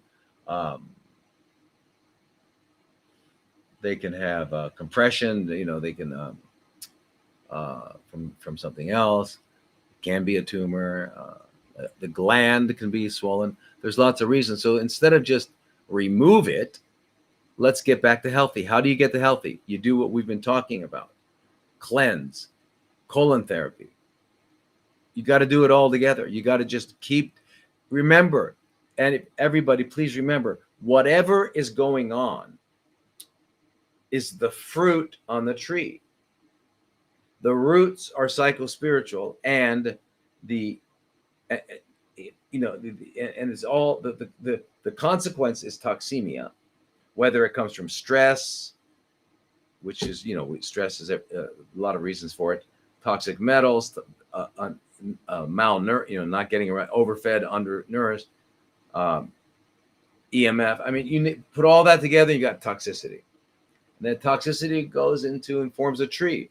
You got over there heart attack, stroke, arthritis, CFCs. They're all manifestations. And in your situation, salivary gland, it's blocked. Cleanse. Is it causing pain? You can't salivate.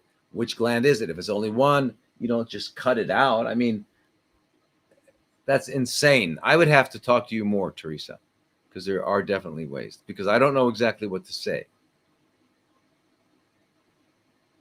I don't know exactly how to. What is this? Just saw you have no consults available. I spoke to Dr. Shiva.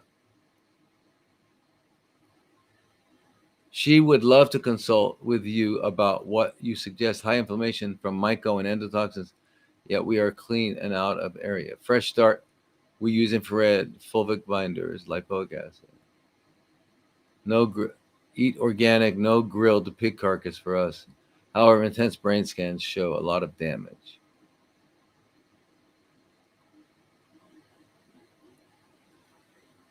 Again,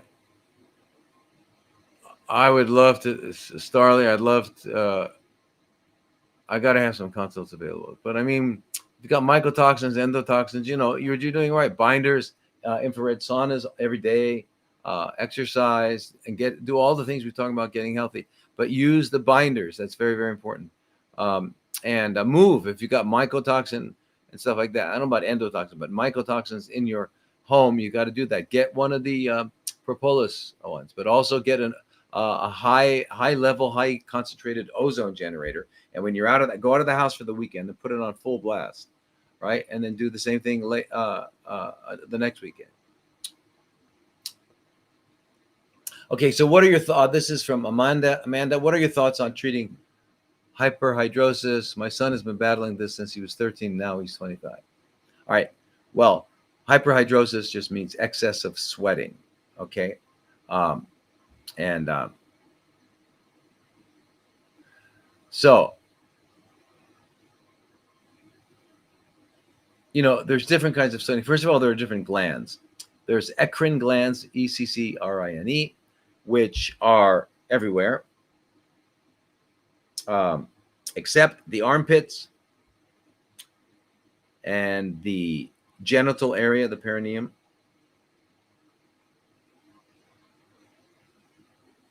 One other place. Where is it?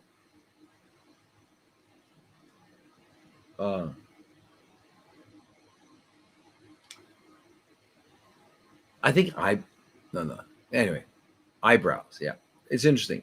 Anyway, the eccrine glands are produce just water. They're basically used for thermal regulation. You get hot and you need to sweat. Sweating gets rid of your, heat, right? Because it cools you off. The apocrine glands, and the doctors say we don't really know what they're for. Yeah, you do. Apocrines are what have the odor. Why is that so important? Because that's how, I think the most fundamental sensory tool apparatus on the most primitive organism is smell. Oh, also the breasts have apocrine glands. So I want you to think about it. What do we do with babies? And if we're a mama and we have a baby, where do we do? We put the baby right here. And the baby is breastfeeding and right near the axilla, and it's able to smell the odor of the mother from their apocrine glands. They now recognize their mother. They've made it's a conditioned, response. They know mom by the smell. It makes them feel comfortable. That smell will let them feel safe and comfortable. But it's interesting. We also have apocrine glands in our pubic area too. I know we all have grown up in these really clean worlds where everything's so clean and ridiculous because there's nothing that's clean. What we call clean. Let me tell you something. Have you ever walked into a forest?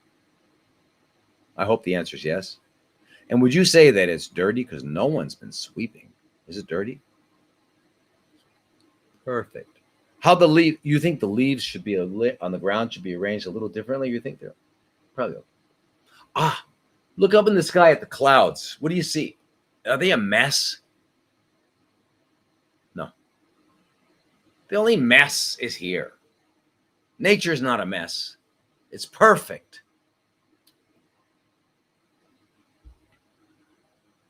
Anyway, our odors, they're pheromones, they're sexual attractants. They're also how babies recognize their moms and all that. Animals all smell each other. We're so, and I can't stand when I get near someone who's wearing perfume or cologne. It's like disgusting chemical. What are you doing? My God.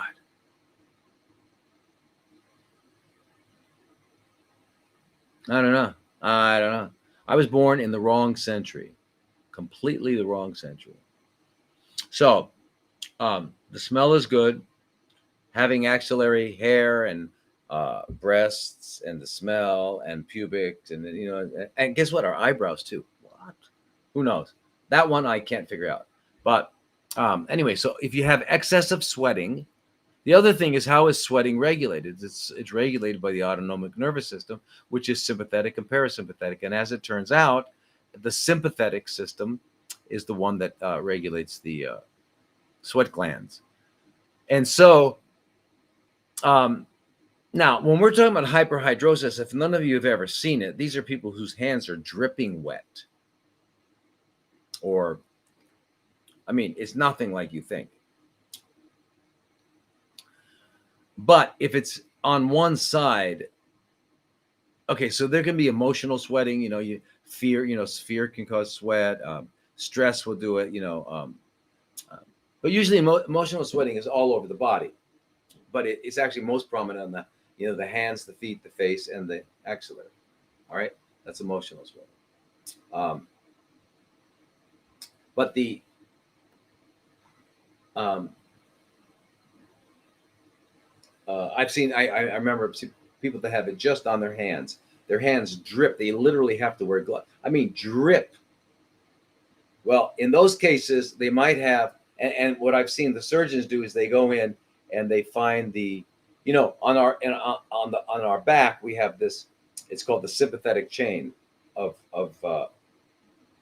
their sympathetic nerves, and they have to go in sometimes and just cut that nerve, and to cut it off.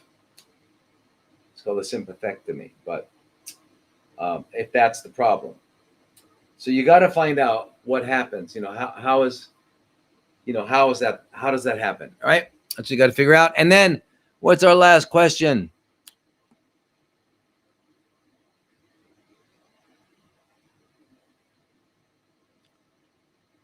Is BP where is it? Is BPC 157 good and safe for healing injuries? People are telling me it can grow CFCs. If so, what's the best combination of peptides? All right. It does not grow. In fact, it's better. It gets rid of it. It actually turns off the VEGF, vascular endothelial growth factor, and the signaling, which goes to the APK pathway and all that sort of thing. It can shut it down. All right. They've been found to be very useful in colon CFCs. And remember, it's a pentapeptide, 5 amino acids. It's made in the stomach for healing. It's good for the endothelial cells. So yeah, it's very good. It protects the brain. It protects the skin. It's very good. No, the opposite. Okay, so it actually counteracts the gastric epithelia injury under normal times, right? And we use it with cachexia. Cachexia is a late stage of any chronic illness, like that you just stop eating and your body starts consuming itself. One thing is 157, BPC 157. Yes, for cachexia, basically does it, and it does it by blocking the pro-inflammatory cytokines, including IL-6. It does that. It does that. It does that. We also use L-carnitine. We also use glutamine, lots of glutamine, and we use insulin for the cachexia. But anyway, it changes not only expression in the AKT system, but the mTOR we were talking about earlier. So it's just good things. So whoever told you that maybe had a misunderstanding of it. And that is it, folks. Sawadee kap, namaste, namaskar, aloha, and stay safe, you guys. Stay safe, because Klaus is out there. You know him.